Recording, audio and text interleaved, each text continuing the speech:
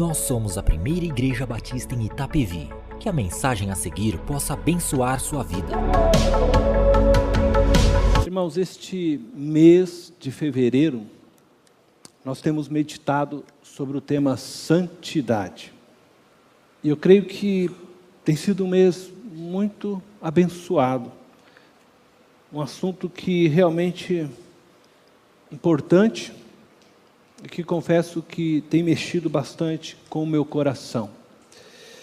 No próximo domingo, nós estaremos lançando o tema do ano.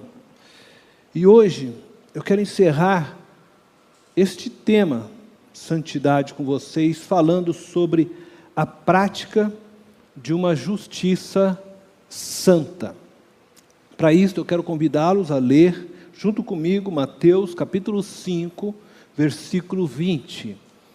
Você pode acompanhar na tela, ou você pode acompanhar através da leitura da sua Bíblia, do seu aplicativo.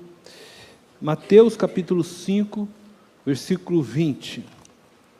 Diz assim: pois eu lhes digo, que se a justiça de vocês não for muito superior à dos fariseus e mestres da lei, de modo nenhum entrarão no reino dos céus. Estas foram as palavras de Jesus, ditas no Sermão do Monte, quando ele estava falando a uma multidão a respeito do reino de Deus. E então ele traz estas palavras, e para que nós possamos compreender o que Jesus está dizendo, nós vamos precisar entrar no Sermão do Monte, entender realmente o contexto de tudo para essas palavras. Mas eu quero então antes, mais uma vez, convidar você a fechar os seus olhos, e nós vamos fazer mais uma oração. Deus eterno e poderoso, eu quero mais uma vez colocar aqui a minha vida diante do teu altar. Nós temos tratado deste tema santidade, e eu sei, Deus, que este é um tema muito relevante, muito importante, e hoje, nessa noite, quando nós vamos falar da prática de uma justiça santa, eu oro para que o teu Espírito possa falar aos nossos corações, e mais uma vez eu peço que o Senhor fale através de mim. Eu quero me esconder, Senhor, debaixo das tuas asas, me rendo inteiramente ao Senhor, que o teu Espírito possa usar-me, da mesma forma que o teu Espírito possa ter a liberdade de tocar em cada vida aqui nesta noite, ministrando a tua palavra e nos ensinando a fim de que possamos viver uma justiça santa, para o louvor do teu nome, Deus, em nome de Jesus, amém. Irmãos, em nossos dias, nós temos diversas interpretações da Bíblia. Essas diversas interpretações produziram diversos pensamentos teológicos e diversos grupos denominacionais que representam essas diversas linhas teológicas. Por exemplo, a teologia católica, a teologia calvinista, a teologia luterana, arminista, a teologia pentecostal, neopentecostal. Estes grupos são caracterizados por acreditarem em um corpo de doutrinas que os diferenciam entre si.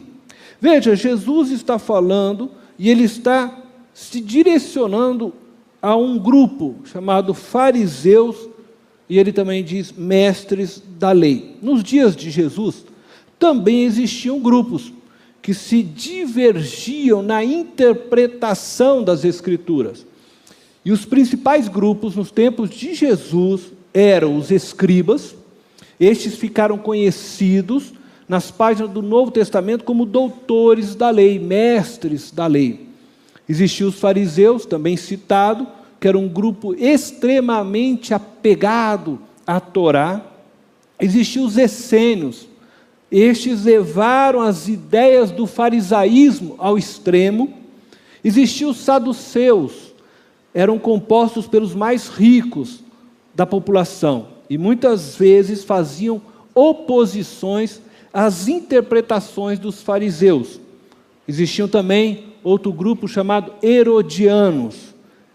Estes eram mais políticos do que religiosos. Eles acreditavam que era possível uma aliança entre a política judaica com a política romana.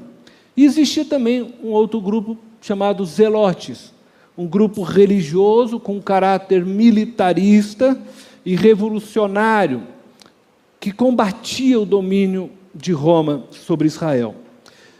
De certa forma, todos estes grupos eram caracterizados por um certo legalismo naquilo que eles acreditavam, defendiam. Principalmente os fariseus e os escribas, que são o alvo dentro deste contexto do Sermão do Monte que nós lemos. Quando eu falo aqui hoje de um legalismo religioso, eu estou dizendo que eles eram extremamente cuidadosos em cumprirem toda a lei de Deus dada por Moisés.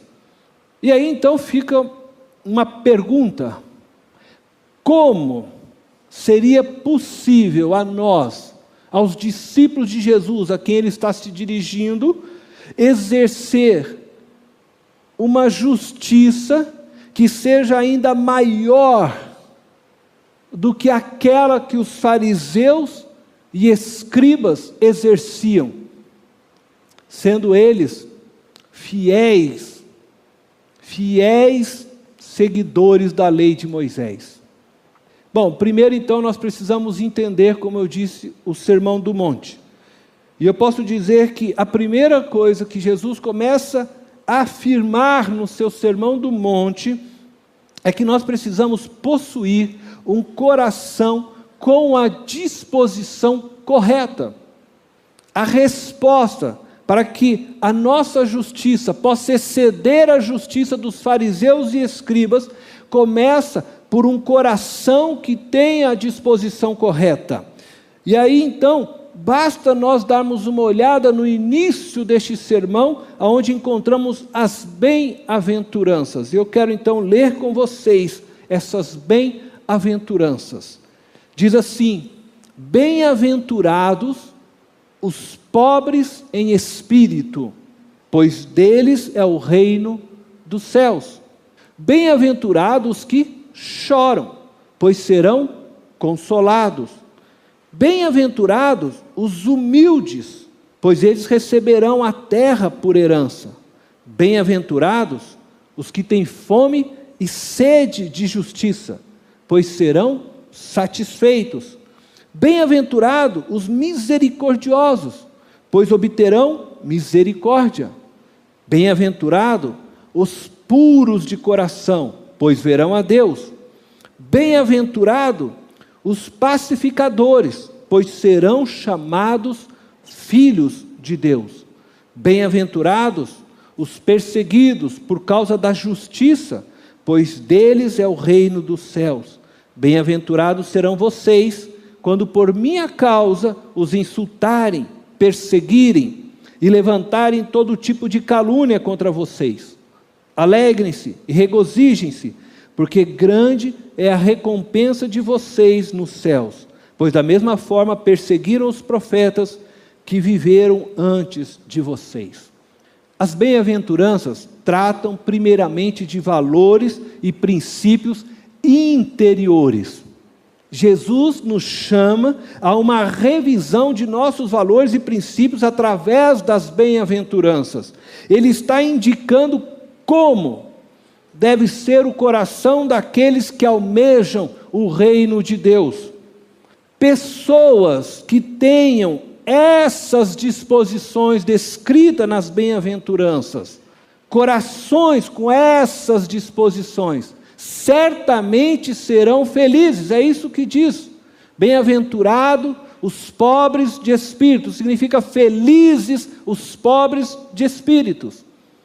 E essa felicidade não significa que não terão tribulações ou dificuldades, não está relacionada com a ausência de lutas neste mundo, mas sim porque serão recompensadas pela disposição destes corações quando o reino de Deus se estabelecer através de Jesus Cristo. A felicidade aqui não trata de algo que se possa agarrar, que se possa comprar.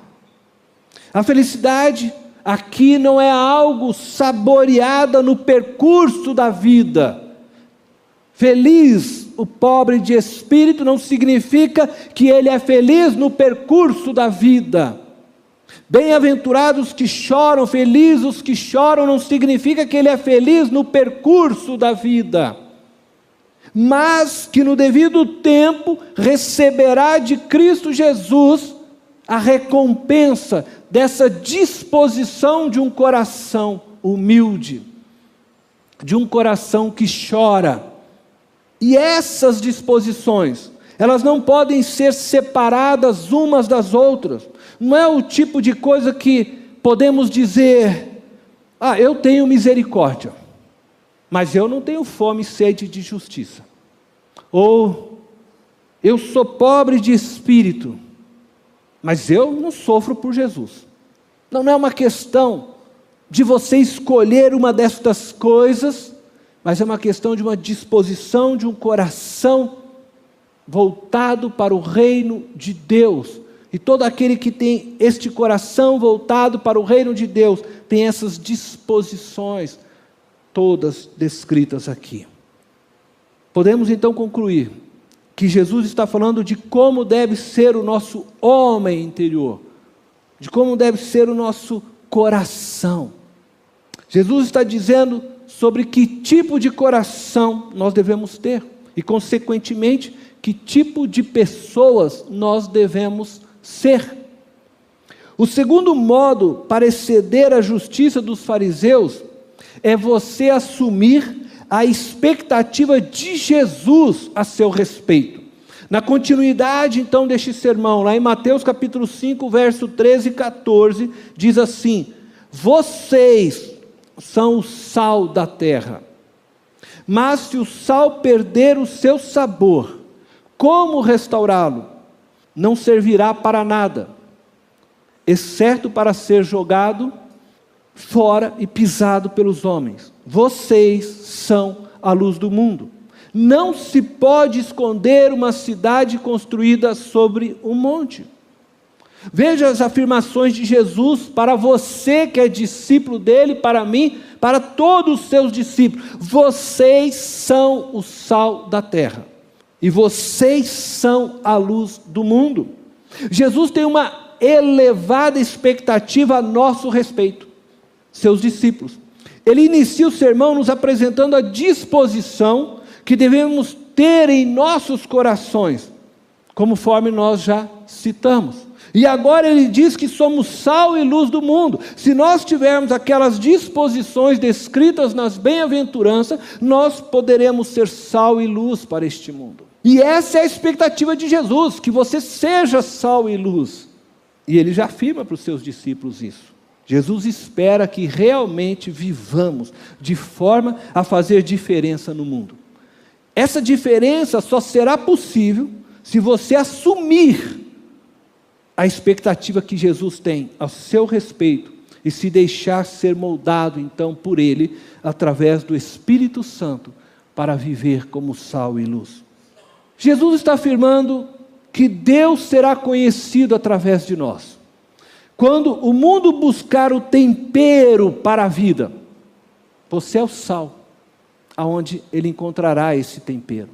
Quando o mundo, quando as pessoas, quando os seres humanos buscarem luz para discernir os seus caminhos, você é a luz que eles devem encontrar. Dessa forma, em outras palavras, Jesus está dizendo que eu e você, seus discípulos, nós somos o sinal dele para o mundo. Nós, os discípulos de Jesus, somos a referência de Deus para os seres humanos.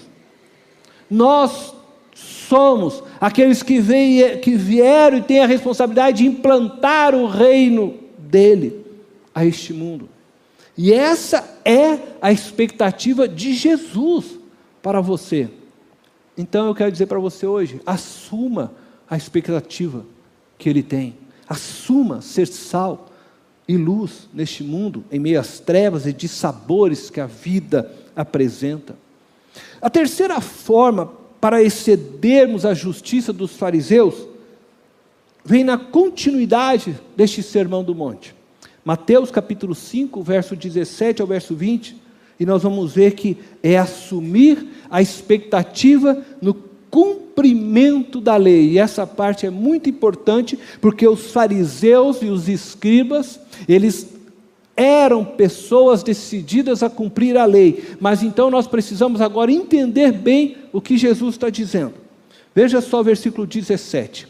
Não pensem que vim abolir a lei ou os profetas. Não vim abolir, mas cumprir. Digo-lhes a verdade, enquanto existirem céus e terra, de forma alguma desaparecerá da lei a menor letra ou menor traço, até que tudo se cumpra.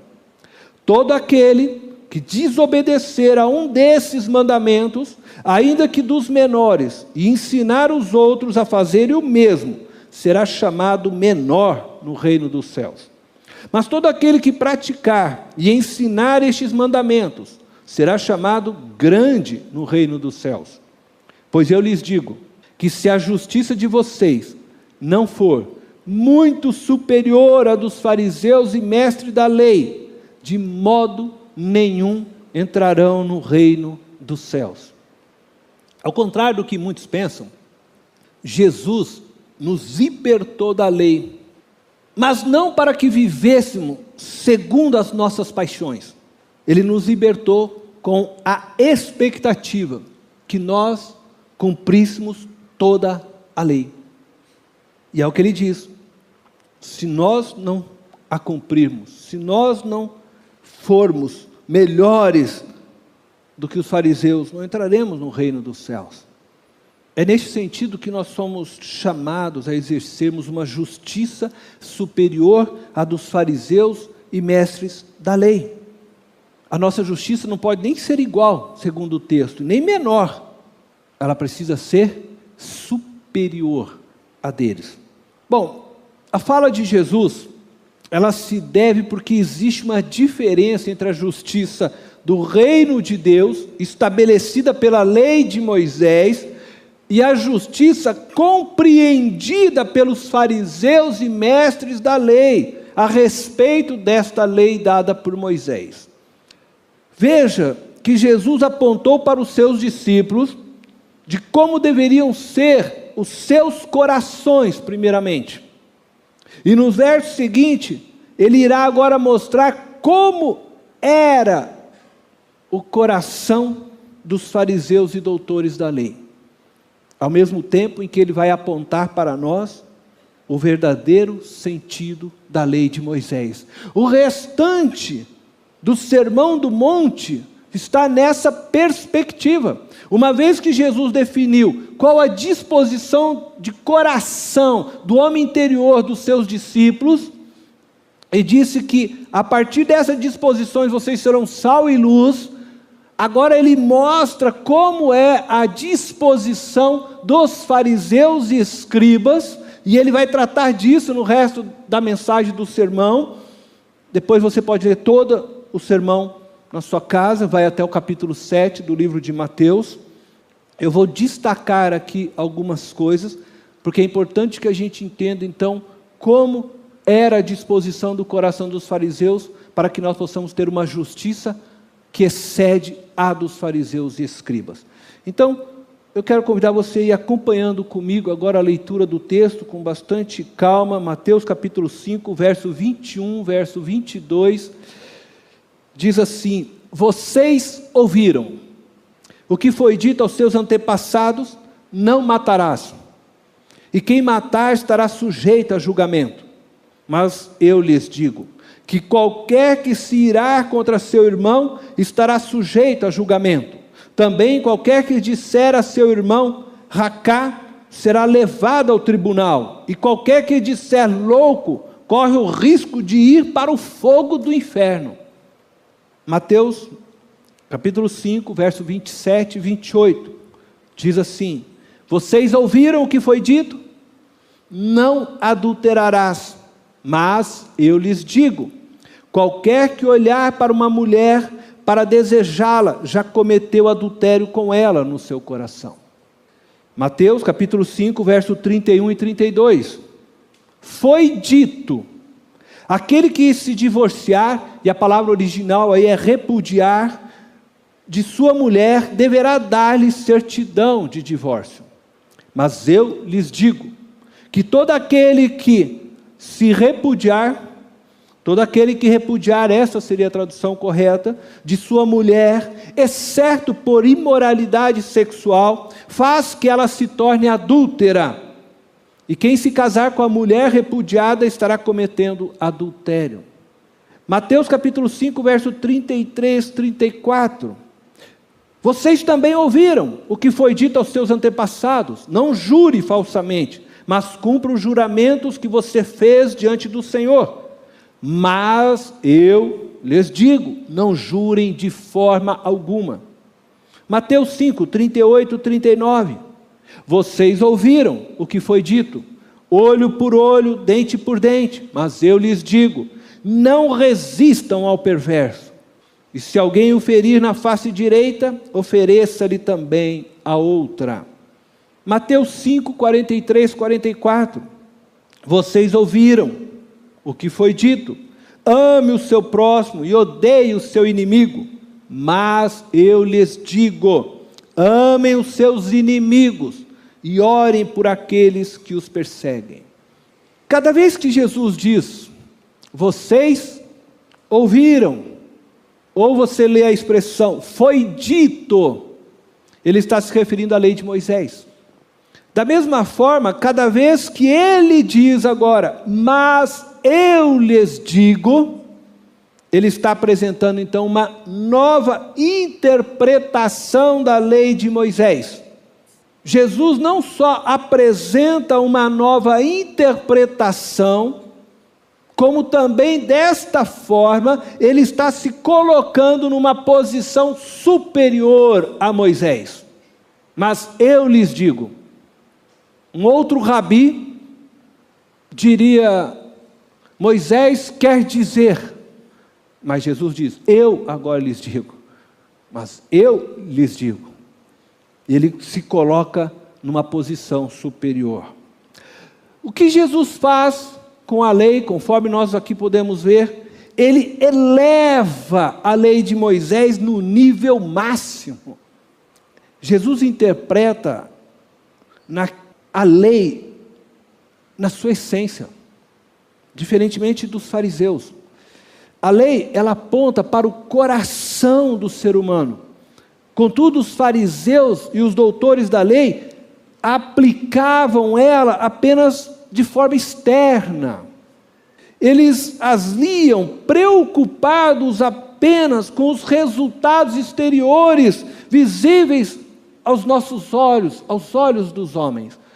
Eles não percebiam a lei na sua essência, que deveria penetrar no coração e disposições interiores dos homens. Por isso, Jesus começa com as bem-aventuranças falando das disposições. A justiça farisaica era estabelecida a partir de comportamentos morais, visíveis aos olhos humanos. A justiça dos doutores da lei era uma justiça de aparência, que julgava a partir de atos concretizados. Mas a justiça do reino de Deus, ela é estabelecida a partir do coração.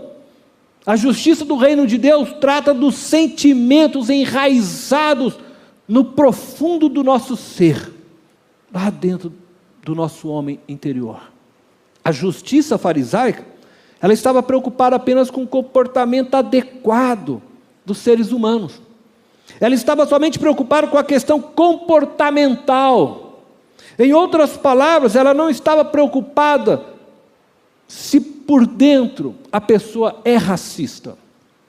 Ela não estava preocupada se lá dentro a pessoa é homofóbica, é machista, se ela é feminista, homicida, feminicida. A preocupação e a interpretação dos fariseus e doutores da lei era somente que essas pessoas não deveriam demonstrar aquilo diante das pessoas. Elas poderiam ter um coração adúltero, mas que elas não demonstrassem isto. Era uma lei comportamental, uma lei apenas baseada no que se vê. Os fariseus, eles não se preocupavam com a disposição dos corações. Eles não se preocupavam se as pessoas guardavam sentimentos errados no coração. Se ele tivesse aquele sentimento, não havia problema, desde que ele não se manifestasse, né? Vai carregando aquele racismo por dentro, né? E aí a pessoa ainda fala, não, mas lá na minha igreja também eu convivo com pessoas de outras raças, né? Mas lá dentro ele sabe que ele é racista. E eles não se preocupavam com isso, porque ela era aparente. Entretanto, Jesus interpreta a lei e vai lá no fundo dela. E o que ele está dizendo é o seguinte: você pode até não bater em uma mulher, mas se lá dentro do seu coração você está tomado desse desejo de fazê-lo, você já está vivendo o pecado.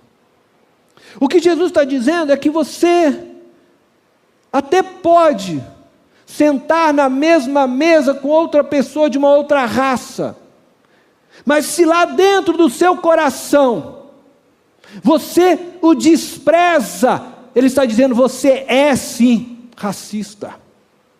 O que ele está dizendo é que você pode até não violentar um gay, uma lésbica, um homossexual, mas se dentro de você olha com desprezo, você o insulta por dentro, ainda que não pronuncie palavras, você é homofóbico, você está em pecado. É isso que Jesus está fazendo e mostrando para aqueles homens. Não adianta dizer que você não adulterou, mas lá dentro você já possuiu a pessoa que você desejava, embora não tenha tocado fisicamente nela. Jesus diz, você é adúltero. Não adianta você bater no peito que ora, que entrega seu dízimo, que faz oferta aos pobres, mas por dentro você despreza o seu irmão, a sua irmã, e ainda faz uma oração agradecendo por não ser igual a ele. E o homem então batia no peito, né? E agradecia a Deus. Era uma religiosidade. Pessoas que só estavam preocupadas com o que se mostra fora, com o comportamento, e Jesus vem e começa a apontar que para ele o que vale é o coração. E quando os fariseus batiam no peito e faziam aquelas orações, né? Não somos como os publicanos e pecadores, eles já mostravam a arrogância da sua alma, a soberba da sua alma, a corrupção da sua própria alma. Sua alma estava mergulhada na sua própria virtude. E a justiça do reino de Deus não tolera isso. Então Jesus está dizendo, enfim, que não adianta você dizer para ele que nunca matou ninguém, mas você guarda amargura e rancor no seu coração por uma outra vida. A Bíblia diz que você é assassino. É isso que Jesus está dizendo, porque Jesus olha o que está dentro, e não o que você faz ou expõe, mas é o que você guarda no seu coração. É disso que Jesus trata. Não adianta você falar isso para Jesus, palavras soltas, porque Ele lê o teu coração. Jesus quer saber o que você é. Ele quer que você exponha para Ele o que você carrega aí dentro do seu coração. Não importa. Ele quer que você se abra, se mostre. Você é racista, você é homofóbico, é homicida, é adúltero, é um vingador, um assassino. O que está dentro de você que te destrói, Jesus quer que você lance diante dele, joga para que ele possa tratar isso com você. Não fique escondendo. A justiça de Deus é santa e nos chama para uma disposição santa, que aí sim resultará numa prática santa e justa. Jesus não se impressiona com as nossas ações concretas. Não é com o que a gente faz que Jesus se impressiona. É fácil eu vir aqui todo domingo, até ser fiel e colocar meu dízimo, minha oferta. É até fácil eu ir lá visitar alguém e orar. Mas Jesus, ele vê o que está dentro do seu coração, porque tudo isso os fariseus faziam. E ele chama eles de hipócritas. E faziam talvez mais do que nós. O que Jesus está ensinando, e que já tinha sido ensinado no Antigo Testamento pelo profeta Isaías. E é interessante que Jesus relembra isso, veja só, Mateus 15 ele fala isso, hipócritas, Mateus 15, 7 ao 9. Bem profetizou Isaías acerca de vocês, dizendo: este povo me honra com os lábios, mas o seu coração está longe de mim. Em vão me adoram, seus ensinamentos não passam de regras ensinadas por homens. A religião judaica apresentada pelos fariseus tinha muito a ver com rituais e aparência externa. A religião de Jesus é uma chamada para uma espiritualidade voltada para o âmago do nosso ser, para o nosso coração e para o mais profundo do nosso coração. A religião dos fariseus é uma religião teatral, preocupada com o que os homens irão pensar. E tem gente que é assim. Será que eu ponho essa roupa? Porque daí, o que a irmãzinha vai pensar de mim? O que o irmão vai pensar de mim? Será que eu ponho? Não, o que vão pensar de mim? Sabe, você fica vivendo para mostrar para os outros o quão santo você é. E isso não justifica você se vestir de forma errada. Isso não justifica você proceder de forma errada. Não devo nada para ninguém, vou sair também pelado agora. Não, isso é outro extremo. Mas não se pode também viver para ficar se mostrando para os homens. Isso é farisaísmo. É se levantar para que as pessoas vejam você orando. É a mesma coisa. É uma religião teatral. E nós não podemos viver isso. A religião de Jesus, ela é voltada somente para Deus. Se vive para agradar a Deus somente, não a homens. E é por isso que no Sermão do Monte, Jesus nos ensina isso. Você ora no quarto em secreto, para que Deus te veja no secreto. Não é para você ficar se mostrando para todo mundo: olha como eu sou espiritual.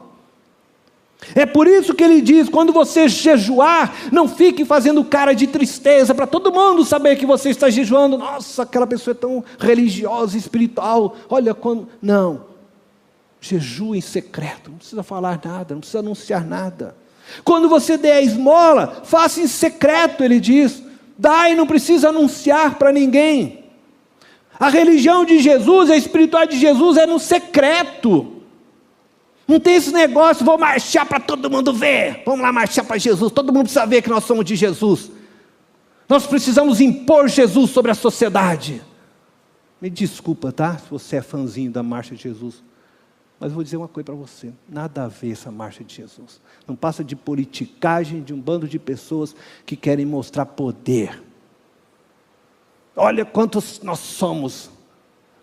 A religião de Jesus é a religião que faz na humildade, no secreto. Não se deixa ser manipulado, gente, pelos outros. Viver em santidade é viver a prática de uma justiça santa, como reflexo de um coração santo. É ser perfeito nos seus relacionamentos, como o Pai é perfeito. Portanto, diz o texto em Mateus 5,48, sejam perfeitos, como perfeito é o Pai Celestial de vocês. A perfeição se apresenta não em nossa capacidade de não errar. O ser perfeito não significa que nós não erraremos, mas na intencionalidade de viver e ter um coração com as disposições corretas descritas nas bem-aventuranças. E eu vou dar um exemplo de um homem que para Deus era segundo o seu coração. Mas, com certeza, os fariseus deviam ter muita vergonha de falar. Davi. Davi está escrito que era um homem segundo o coração de Deus, mas eu não encontro alguém que falhou mais do que Davi. E vocês aqui conhecem, talvez se você não conhece, eu vou passar bem por cima da história. Mas Davi, certo dia, estava no seu pátio, viu uma linda jovem tomando um banho. essa mulher casada, ele não quis saber, ele era o rei, afinal de contas eu sou rei, todo mundo aqui é minha ovelhinha mesmo, manda trazer para cá. Aí trouxe, deitou-se com aquela mulher acabou se engravidando, ele adulterou, aquela mulher engravidou, e aí então ele começa e diz o seguinte: bom, e agora, o que eu faço? Ele chama o marido daquela mulher, pede para que ele se deitasse com ela, mas ele estava na guerra, diz: não vou deitar, meus irmãos tudo em guerra, e eu vou ficar aqui com a minha esposa, desfrutando, não. E aí Davi não viu solução, e deu um jeito de matá-lo na guerra, mandou que ele fosse colocado entre os primeiros, e aquela guerra, naquela época, vocês sabem que a coisa era flecha voando para todo lado, né? Então você já vai logo lá no primeiro, você já sabe que a coisa vai pegar mesmo, né? Já era, né? E ali foi, morreu. A partir dali a história de Davi é só desastre. Perdeu toda a autoridade da sua família, o seu filho foi lá e violentou a irmã, ele nada fez, e o outro que ficou com raiva porque o outro tinha violentado a irmã e o pai não fez nada, aí ele foi lá e matou o outro, e o pai de novo nada fez, e vai indo assim, uma história triste, nem vou entrar em detalhes. É o cara que para mim mais falhou na Bíblia. Entretanto, ele tinha uma disposição enorme de tentar acertar. E todas as vezes que Deus chegava até ele, você errou, ele caía de joelho, ele chorava, porque ele sabia que aquilo feria o coração de Deus. Então, querido, ser perfeito não é que você será infalível, mas que você tenha uma intencionalidade verdadeira de fazer o que é certo. E quando você errar, se arrepender e voltar novamente ao caminho. Ser perfeito como o Pai é amar como Ele amou, é amar os justos e os injustos, os bons e os maus, ajudar a todos de forma indiscriminada, assim como Deus Pai faz. Ele faz chover para os justos, mas Ele também faz chover para os injustos. Ele faz o sol se levantar pelos seus filhos justos, mas Ele também faz pelos injustos. Ele quer transformar eu e você, para sermos uma expressão de seu caráter. Jesus deseja que tenhamos um coração com as características descritas nas bem-aventuranças. Um coração com a disposição correta. Jesus quer consertar hoje, em mim e em você, as imperfeições do nosso coração, para que eu e você possamos ter um coração santo, para viver na prática de uma justiça santa. Eu quero convidar você a fechar os teus olhos. E talvez você saiba as imperfeições que há no teu coração. Você sabe que há coisas dentro de você que você tem lutado para serem transformadas e mudadas. Para que você possa ser um homem humilde, pobre em espírito. Para que você possa ser aquele que chora. Para que você possa ser aquele sim que tem fome e sede de justiça.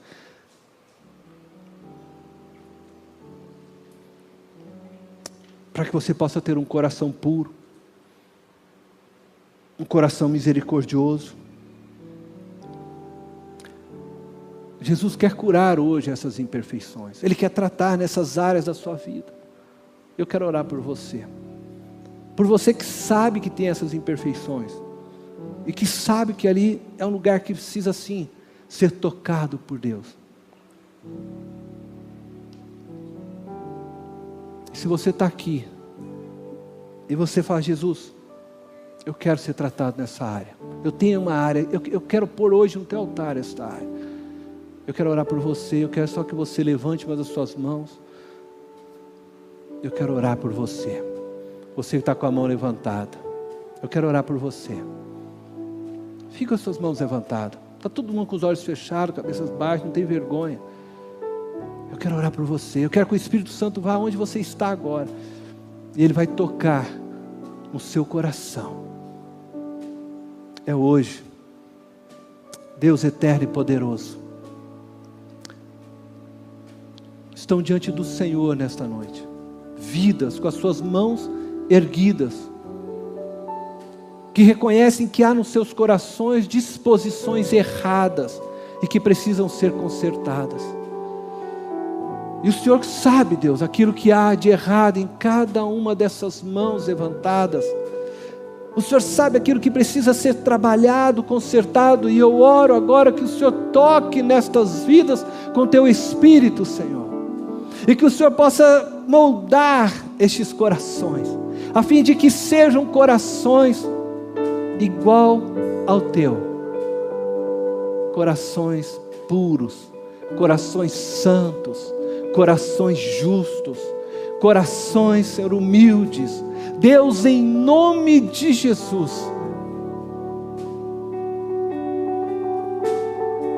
que nesta noite o novo possa se fazer sobre estas vidas, para o louvor da Tua glória, em nome de Jesus.